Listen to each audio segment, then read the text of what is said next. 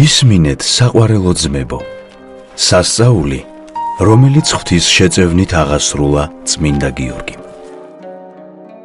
ლიბანის მთების მახლობლად იყო ერთი ქალაქი, სადაც უკეთური, ურჯულო და კერპთმსახური მეფე მეფობდა.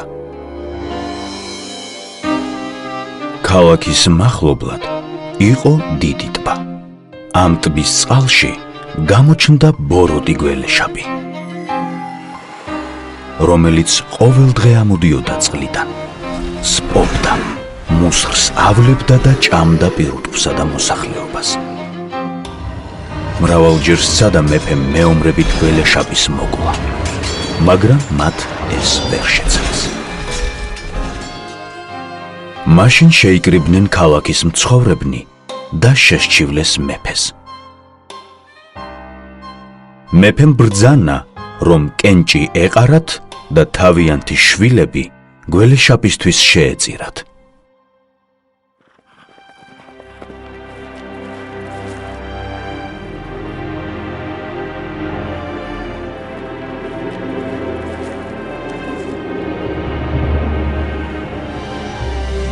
და მოვიდა მეფის რიგიც. მეფემ სამეფო პორფირით შემოსა თავისი ასული, თვალცრემლიანი კოცნიდა და ყველას ევედრებოდა, რომ გაეთავისუფლებინათ მისი ასული დიდძალი ოქროს სანაცვლოდ. არავინ არ შეიბრალა იგი, რადგან ეს წესი თავად მეფის ბრძანებით იყო დაწესებული.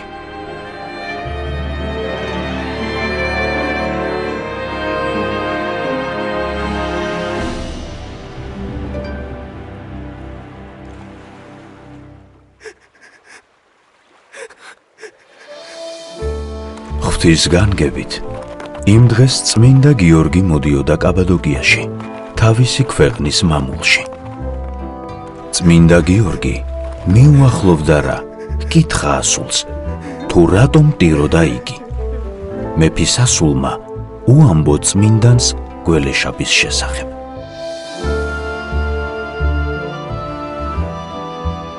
წმინდა გიორგი მიმართა ღმერთს. უფალო ღმერთო, გამოაჩინე შენი წყალობა და გადააქციე ეს მხეცი ჩემს მორჩილად, რათა ყველამ დაინახოს, რომ შენ ჩემთან ხარ.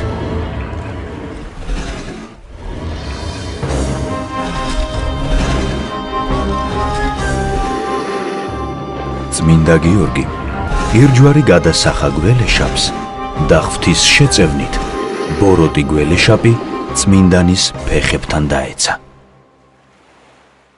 წმინდა გიორგიმ სარტყელით შეკრა გველეშაპი და უთხრა ასულს, რომ ქალაქისკენ წასულიყო.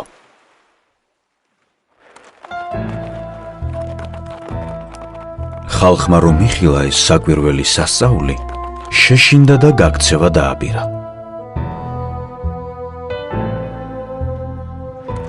მაგრამ წმინდა გიორგიმ მიმართა მათ. ნუ გეშინიათ, შეჩერდით, იწამეთ უფალი ჩვენი იესო ქრისტე და იხილეთ ღვთის ყოვლის შემძლეობა. მაშინ შეზახა მეფემ და მთელმა ხალხმა ერთსულოვნად. გწამს ყოვლადწმინდა სამება. წმინდანმა ღვთის შეწევნით მაშინვე განგმირა გველეშაპი. სხვა მრავალი და დიდებული საკვირველებანი აღასრულა წმინდა დიდმოწამე გიორგიმ ჩვენი უფლის იესო ქრისტეს სახელით. ტყვეთა განმან თავისუფლებელო და გლახაკთა ხელის აღმყრობელო, სნეულთა მკურნალო და მეფეთა უძლეველო წინამბრძოლო, ღვაწლით შემოსილო დიდო მოწამეო გიორგი, ევედრე ქრისტეს აღმერთსა, შეწყალებად სულთა ჩვენთათვის. ამინ.